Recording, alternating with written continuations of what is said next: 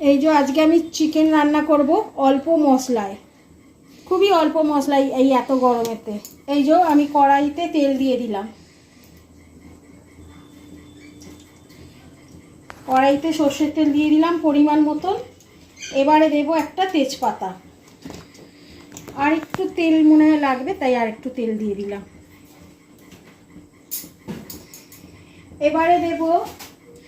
এবারে এতে দেব অল্প করে চিনি কালারের জন্য।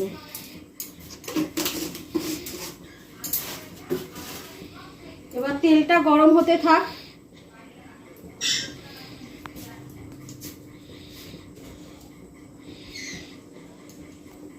এই যে 750 চিকেনের জন্য আমি এই কুচনো পেঁয়াজ দেব, আর একটা টমেটো, আর এই যে আমি মিক্সিতে একটা বড় সাইজের রসুন আর একটা পেঁয়াজ বেটে নিয়েছি, আর একটা শুকনো লঙ্কা। এতে আর কিছু দিইনি, আগেই বলেছি অল্প মশলায় করব। আর দিচ্ছি হলুদ গুঁড়ো, কাশ্মীরি লঙ্কা গুঁড়ো, আর অবশ্যই নুন স্বাদ মতো। যেহেতু আমরা ঝাল খুব কম খাই, তাই লঙ্কা গুঁড়ো এমনি ইউজ করি না।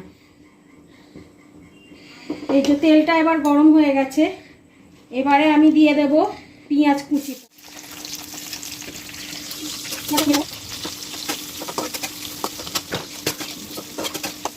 এই যে পেঁয়াজটা একটু হালকা কালার ধরেছে, তাতে আমি মাংসগুলো দিয়ে পেঁয়াজের সাথে ভেজে নেব। মাংসটা তবে একটু নরম হয়। এই যে চিকেনটা আমি দিয়ে দিলাম।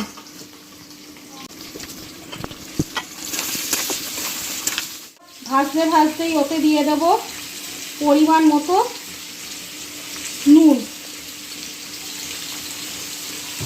আর দেব হলুদ গুঁড়ো,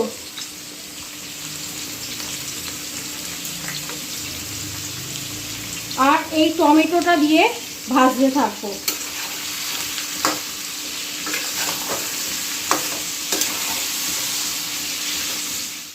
এই যে মাংসটা সুন্দর কালার ধরছে, এরপরে আমি দিয়ে দেব কাশ্মীরি লঙ্কার গুঁড়ো 2 চামচ মতো। এরপরে আবারও আমি একটু নেড়ে নিলাম।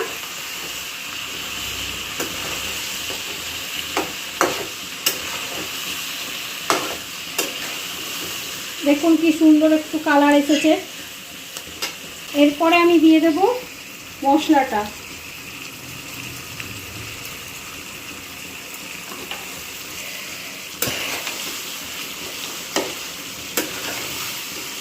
মশলাটা দিয়ে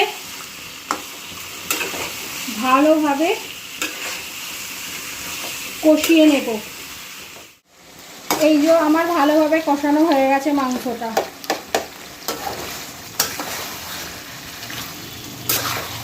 দেখুন তেল ছেড়ে দিয়েছে, ভালোভাবে মাংসটা কষানো হয়ে গেছে।